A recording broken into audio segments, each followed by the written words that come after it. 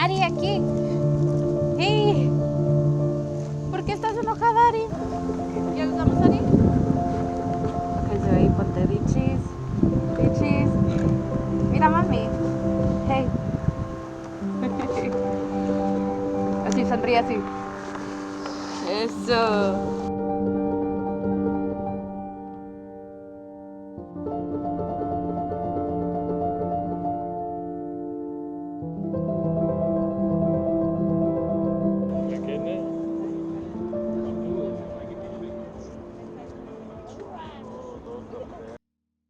Yo, what's up guys, welcome to the channel. Today I wanted to talk to you guys about the Sony FX6 and some of the issues that it actually has. Now I've had the camera for 2 months and have been using it quite often, as much as I can. And on the previous shoot that I was on, I was actually asked to shoot at 48 frames per second. Now in order to shoot 48 frames per second, I went into S&Q, chose 48 frames per second, and then realized that you actually lose your autofocus.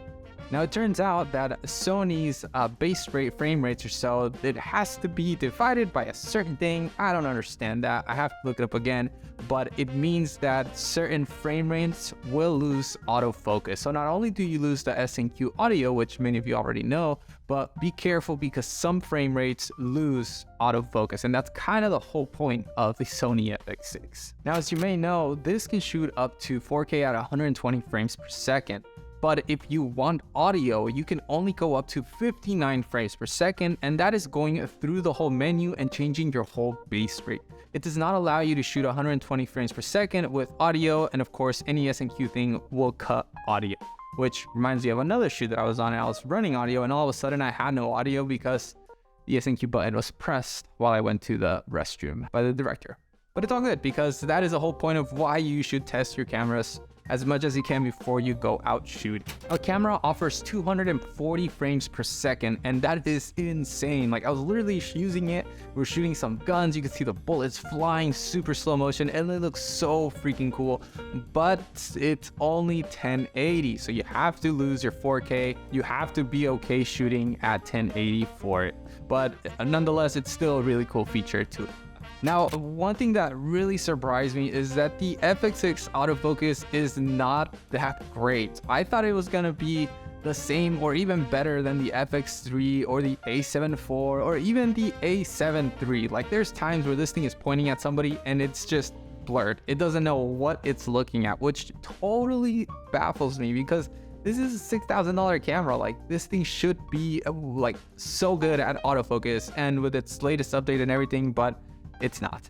It feels like older than an A6400 or around there because it just doesn't know what's going on at times. And you know, it's still a great camera. I love this camera. I know I'm complaining a lot, but it's still a great camera, but I just wish that autofocus was as good as my mirrorless cameras, because now I'm kind of debating on what camera I'm going to take if I really want autofocus. Now, if you've learned anything so far, make sure you subscribe to the channel. It really helps out. Now, one thing that many people have already talked about is if you want to set this to become a middle rig without the top handle, you are going to lose your audio features, like every single audio features. Like, someone has to develop something that will connect anything, because it would be, and it is, a pain in the butt to just not have audio on this thing. Like, to me, that's the whole point of why I got the FX6. What's all the features that it had, and it's just totally different than a cinema camera, I would say. But the fact that it does not have that audio really bums me out. Now, I believe it was Chris Brockhurst who has already figured out a way to do it with the Atomos Ninja 5, which I don't own, but that is one way to do it, just running the audio out of the Ninja 5. The other way I was thinking would be potentially having something mounted that can have a syncing feature, because this takes timecode. So maybe with the tentacle sync and something else. I don't own that gear just yet. I haven't had the need for it. When there's a sound guy, they have everything. But I was looking into it for some personal project. So if I get that, I'll definitely keep you guys updated if my idea worked. Now, I love this camera. Regardless of all that stuff, it's so nice to have all these audio features. The autofocus, sometimes when it works, it's amazing. But I did take this recently with the Tamron 2875, which is probably one of the worst lenses to manual focus on. And I needed the manual focus for certain things. and realized that was a big mistake. So definitely going to be messing around more with my Sigma 24-70 because the focus on that feels a little bit better.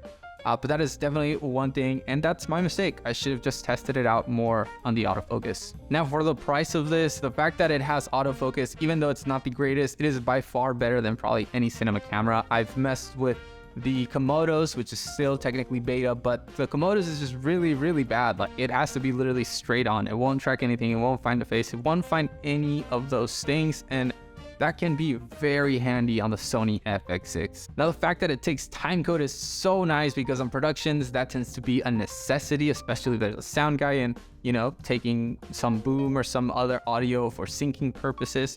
And one thing that I loved about this was it was so easy to do it. When we would do it on the Komodo or the Red Dragon, it was such a pain in the butt. Like, we would be taking so many, like going through the whole menu like 2-3 times, connecting, disconnecting, on and off, and it would always disconnect. So time cut on this is much better than on the Komodo for sure. Now, if you made it this far, make sure you like this video. Again, it helps out the channel a ton. And the last thing that I want to touch up on is the internal NDs and just all the audio features for this. To me, this is like the perfect run and gun documentary camera, kind of run and gun because this thing's pretty big now.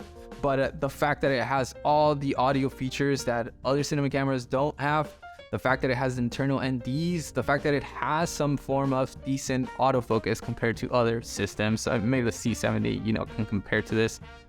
But it is a great camera, and I am by far more than happy to use this thing. And do keep in mind, there is no perfect camera. They all end up lagging one thing or another. It's like the manufacturers want to cripple them somehow.